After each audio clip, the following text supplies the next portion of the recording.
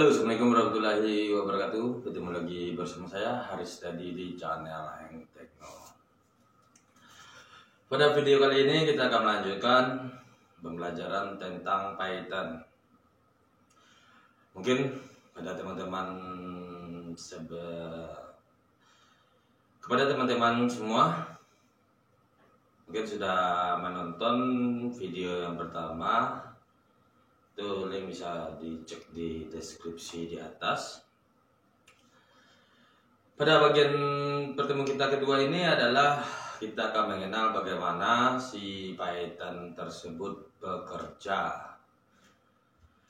Jadi bahasa Python ini juga disebut juga dengan bahasa pemrograman interpretatif multiguna. Jadi apa sih yang tidak seperti dengan bahasa pemrograman yang lainnya yang sulit untuk kita baca? Di si Python itu lebih cenderung kepada bahasa pemrograman yang gampang terbaca. Jadi maksud dengan interpretatif di sini adalah si Python itu akan apa istilahnya? Dia akan membaca atau menerjemahkan baris per baris. Jadi kalau kita ibaratkan di sini ada sebuah source code yang bernama home.py, lalu di sini kita pengen menampilkan, maka di tengah-tengah ini kita membutuhkan sebuah yang bisa menerjemahkan bahasa si pemrograman Python tersebut ke bahasa manusia. Jadi di sini kita membutuhkan yang namanya si Python tersebut. Contohnya di sini saya memiliki source code. Contohnya print selamat datang. Baris kedua adalah print nama saya Haris Setiadi. Lalu kita ingin menampilkan pada di layar monitor kita itu tampilan apa sih yang dimaksud dengan bahasa pemrograman dua ini, sehingga kita membutuhkan sebuah bahasa pemrograman yang bisa menerjemahkan tersebut. Nah, si Python itu akan menerjemahkan yang mana pada print selamat datang itu akan diterjemahkan baris per baris. Jadi si Python dan di sini kita akan memberikan si perintah bahwasannya di sini saya memiliki sebuah source code yang memiliki bernama home.py. Lalu di sini di dalamnya dia memiliki dua baris, yaitu print selamat datang dengan print nama saya Haris Setiadi. Lalu kita akan memerintahkan si Python script ini ke si Python, lalu si Python akan mengolahnya atau menerjemahkan. Oke, si Python bilang, oke, saya akan menerjemahkan source code yang Anda kirim.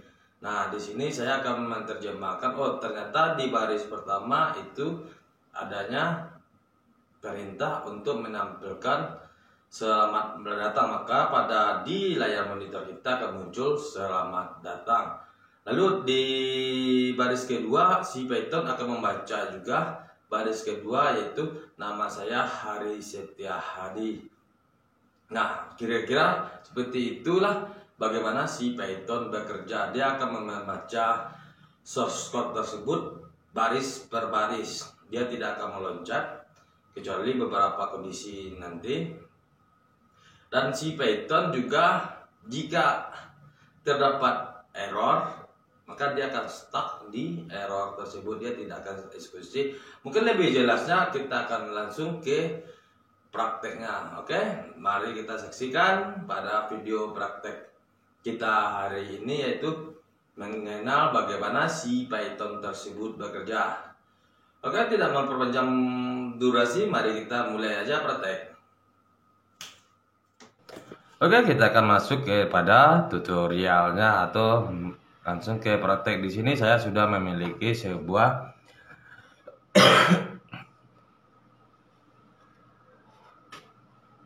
Di sini saya sudah memiliki yaitu sebuah IDE yang bernama Visual Studio Code. Untuk install Visual Studio Code itu sangat gampang. Di sini kita tinggal membukanya atau mencari di Google yaitu Visual Studio Code.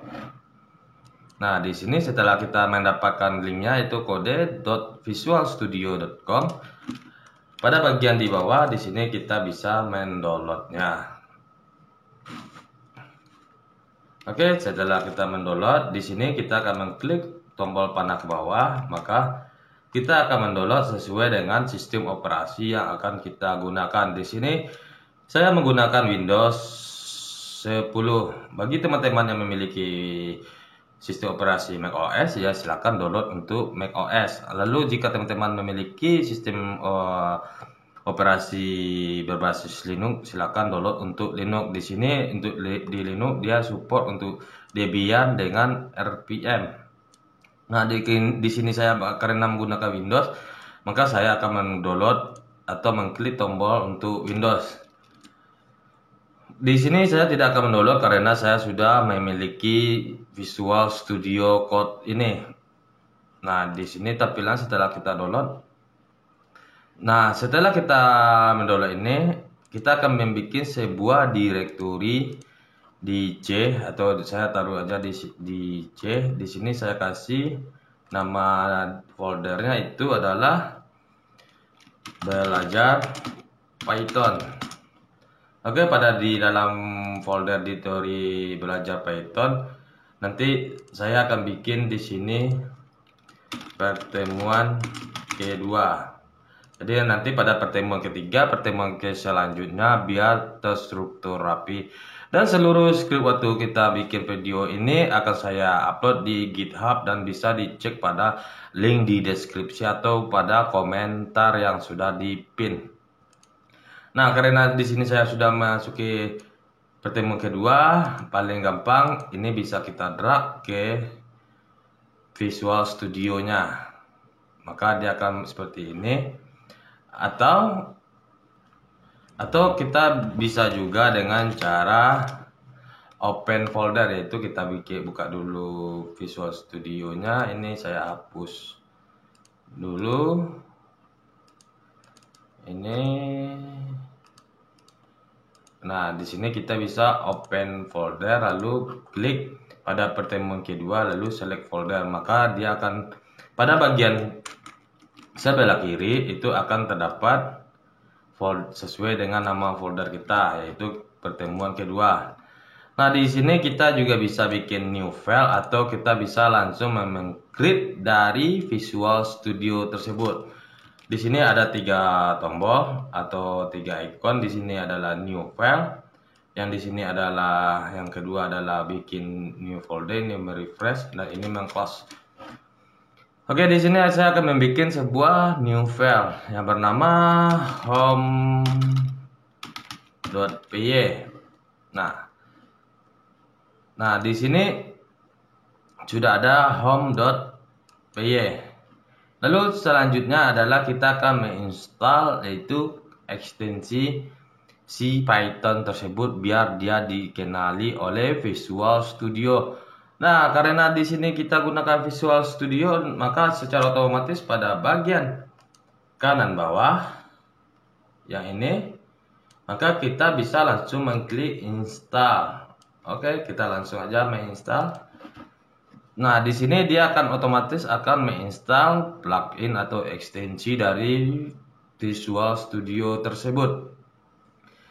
Jadi jika ada nanti notif-notif tambahan, silakan install aja. Jangan malu-malu. Nah, di sini pada penjelasan saya sebelumnya, di sini saya akan membuat yaitu print selamat datang. Nah, lalu di bagian line kedua yaitu print nama saya Hari Setia Hadi. Nah, bagaimana kalau ini kita tampilkan? Oh ya, sebelumnya Nih, oke. Di sini kita buka dulu terminalnya, saya lupa. Nah, di sini bagian menu di atas itu kita klik lalu new terminal, maka pada debug di sini akan bisa kita gunakan.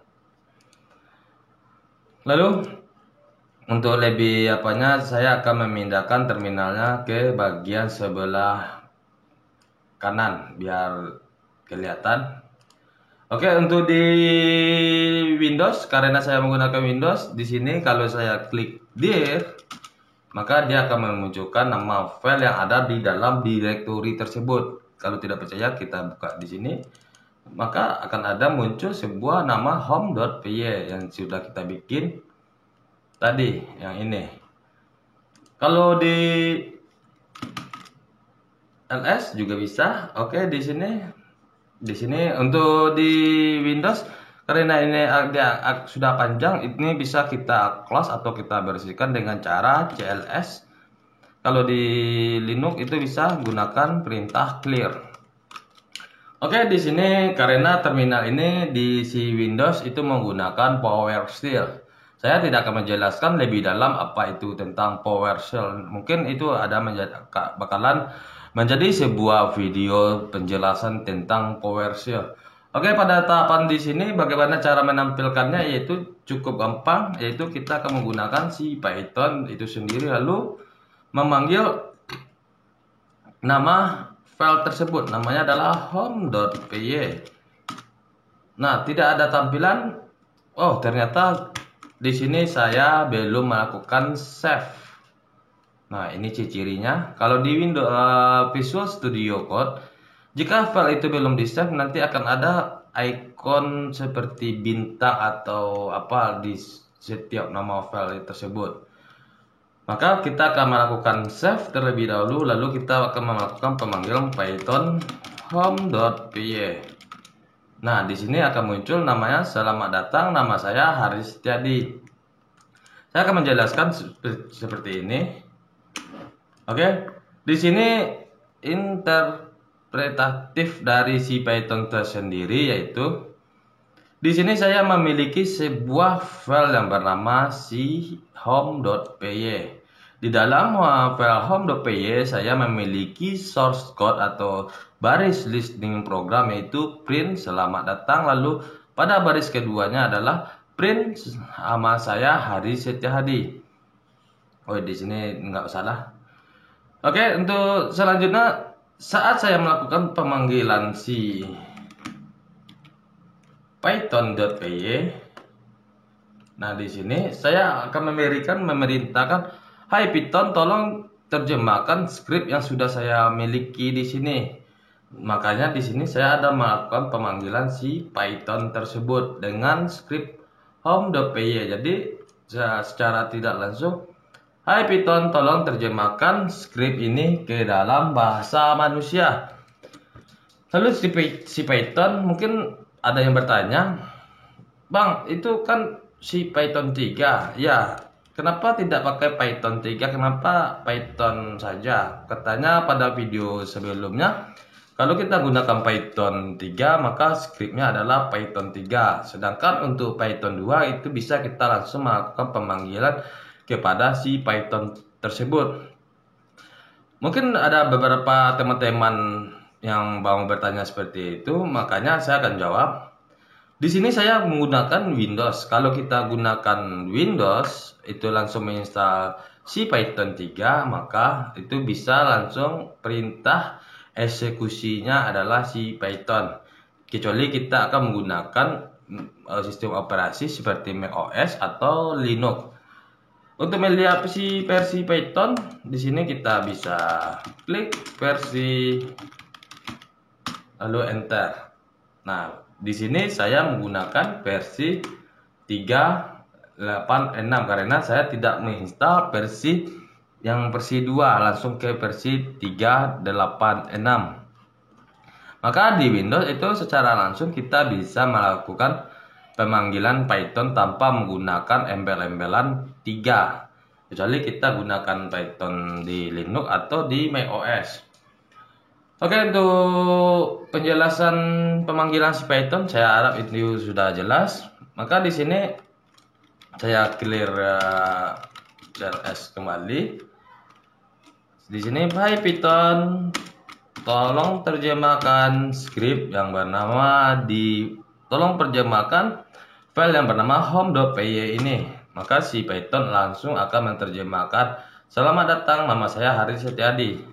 Nah, di sini dia akan menerjemahkan baris per baris. Ini baris pertama dan ini baris kedua. Lalu di dalam si Python sendiri itu ada yang tidak bisa akan di skip, itu jika baris tersebut kosong. Contohnya di sini print channel hang techno. Nah, di sini lalu jangan lupa di save kembali. Nah, di sini di baris ketiga saya memberikan sebuah baris kosong, langsung masuk ke baris keempat yaitu channel hang techno. Lalu di sini saya akan melakukan perintah pemanggilan si Python tersebut. Hai Python, terjemahkan file yang bernama home.py.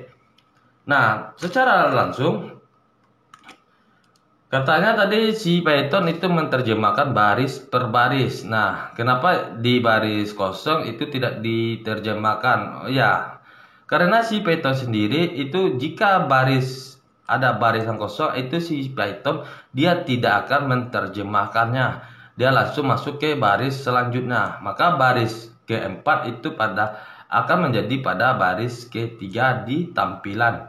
Nah, di sini. Nah, di sini untuk baris pertama dan ini untuk baris kedua. Dan baris ketiga akan dikosongkan.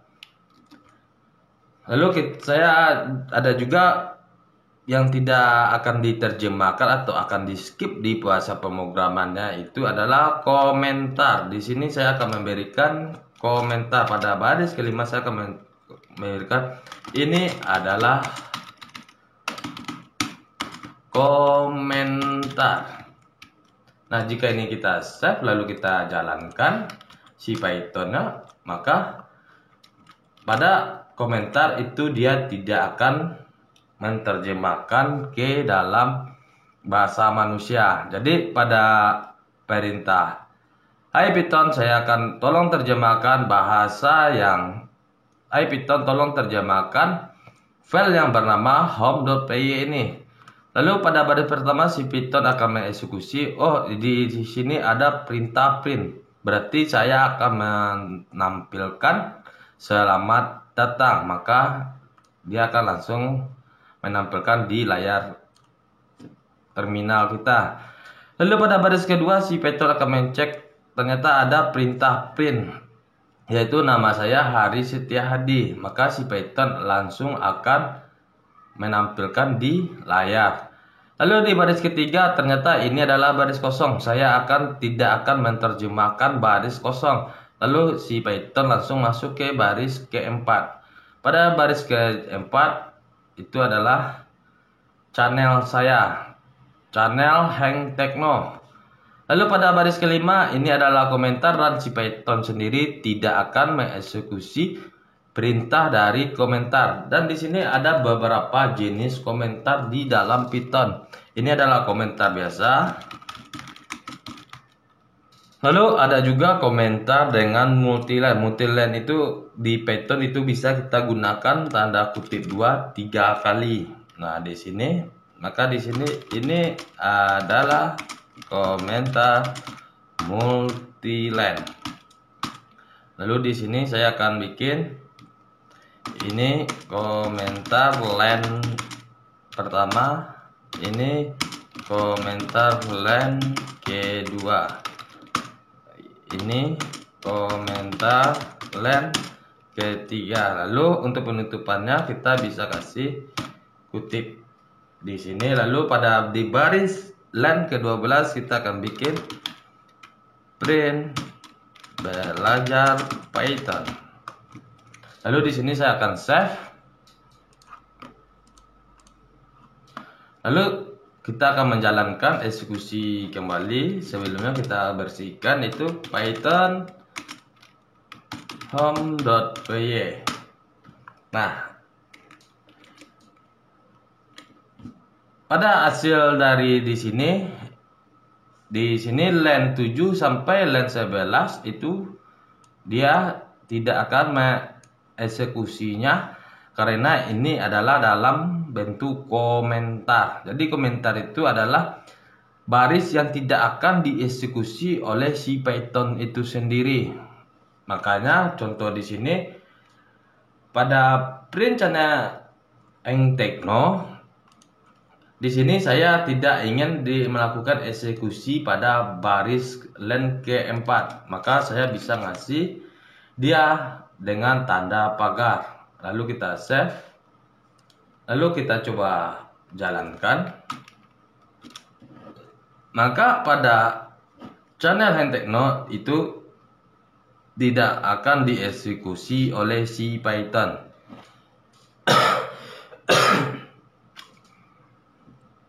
Paham untuk sampai di sini? Lalu sebenarnya di Visual Studio sendiri itu kita bisa tidak ingin cara merun sebuah file Python itu tanpa harus gunakan terminal. Bisa kita langsung eksekusi menggunakan tombol yang ada bagian atas atau yang segitiga warna hijau seperti ini. Contoh kita klik ini. Nah, langsung akan dieksekusi outputnya. Itu sama aja halnya dengan kita melakukan pemanggilan dengan Python home.py. Jadi tergantung dari mana kita akan gampang untuk melakukan eksekusi dari bahasa atau source code yang akan kita buat tersebut. Lalu di sini saya akan mengganti, ada juga itu eksekusi yang tidak akan ditampilkan, yaitu menginisialisasi variabel. Contohnya A sama dengan 10. Nah, jika ini saya save lalu saya eksekusi, maka si A ini tidak akan dieksekusi. Bagaimana cara menampilkan si A? Yaitu dengan cara print A tersebut. Nah, di sini jika saya save lalu kita run, nah si A langsung dipanggil dengan nilai 10. Di sini saya akan menjelaskan bagaimana perintah tersebut tampil. Oke, dari Python home.py itu sudah paham. Hai Python, tolong terjemahkan file yang bernama home.py. Saat si Python akan menerjemahkan home.py tersebut, maka di dalamnya terdapat beberapa baris listening program. Nah, si Python akan mencek itu listening satu per satu. Contoh di sini pada baris pertama si Python itu akan mencek di sini ada perintah print. Yang maksud dari perintah print adalah menampilkan, sehingga dia akan langsung menampilkan ke layar. Lalu si Python akan mencek pada baris len kedua, yaitu nama saya Haris Setiadi. Maka dia akan langsung menampilkan di layar. Lalu di baris ketiga ternyata itu adalah baris kosong. Si Python dia tidak akan melakukan eksekusi terhadap file yang atau baris yang kosong.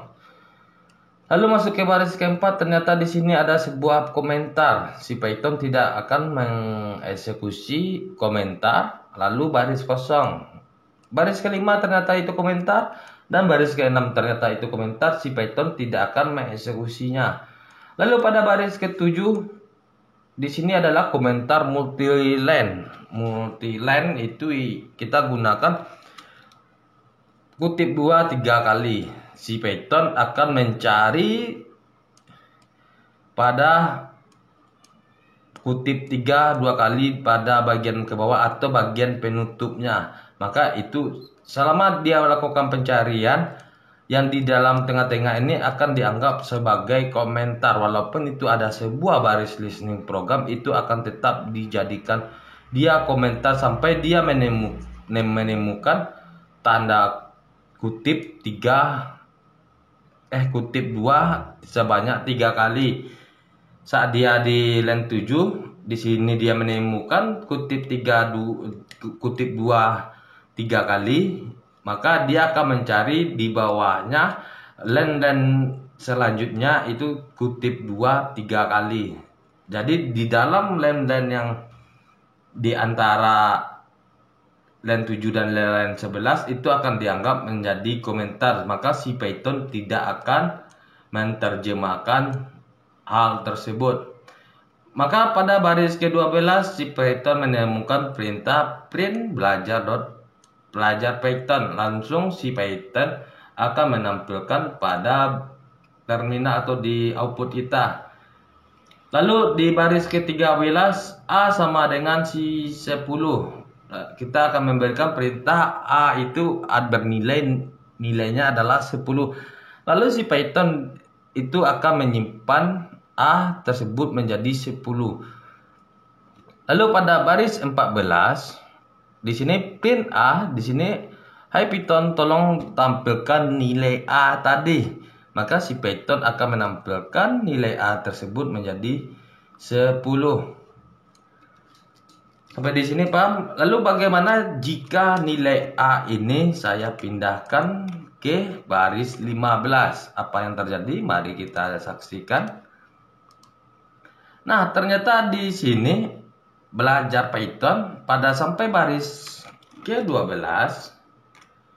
Nah, di sini sampai ke baris 12 itu masih dieksekusi oleh si Python itu. Baris 13 karena itu adalah baris kosong maka tidak akan dieksekusi. Lalu pada baris 14, hai Python, tolong tampilkan nilai A. Lalu si Python akan menjawab, maaf, saya tidak menemukan nilai A tersebut. Silakan cek skrip Anda kembali. Padahal nilai A tersebut ada di line 15. Jika ini di pada line baris 16, apakah dia tidak akan mengeksekusi? Kita save. Nah, di sini ini terlalu nah, di sini terlalu panjang, kita akan membersihkannya. Nah, di sini. Jadi sampai di baris 12 si Python itu tetap melakukan eksekusi tersebut. Baris 13 itu adalah baris kosong. Lalu baris 14, hai Python, tolong tampilkan nilai A. Lalu si Python bilang, it's not definite, atau saya tidak menemukan nilai dari A tersebut, atau saya tidak menemukan variabel A. Silakan Anda cek lagi skrip Anda. Maka sampai di sini si Python itu akan menstop proses eksekusi baris untuk ke selanjutnya. Padahal pada baris 15 itu kita menginisialisasi A adalah sebagai nilai 10 dan 16 print nilai A. Nah, itulah ke perbedaan antara Python dengan bahasa pemrograman yang lainnya. Jika di baris 14 dia menemukan error, maka si Python dia tidak akan mengeksekusi pada baris 15, 16 dan untuk ke selanjutnya. Jadi di sini kita untuk memperbaikinya, maka kita bisa kasih di sini A10 dan di sini kita ganti A20. Lalu kita save, hasilnya seperti apa.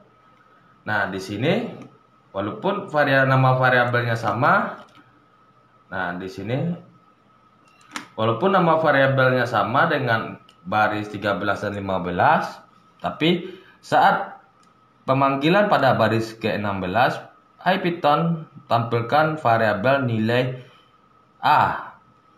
Karena nilai A yang awalnya adalah 10 sudah ditimpa pada baris 15 itu dengan menjadi bernilai 20. Makanya pada baris 16 print nilai A, maka nilai yang ditampilkan adalah 20. Jadi untuk teman-teman, seperti itulah kira-kira atau proses dari eksekusi dari si Python tersebut. Saya harap pada video kali ini teman-teman saya semua itu memahami bagaimana si Python tersebut bekerja dan bagaimana si Python tersebut melakukan eksekusi source code atau listening program yang sudah kita buat. Oke, untuk jika ada pertanyaan jangan lupa untuk komentar. Oke, untuk akhir kata saya ucapkan terima kasih. Assalamualaikum warahmatullahi wabarakatuh.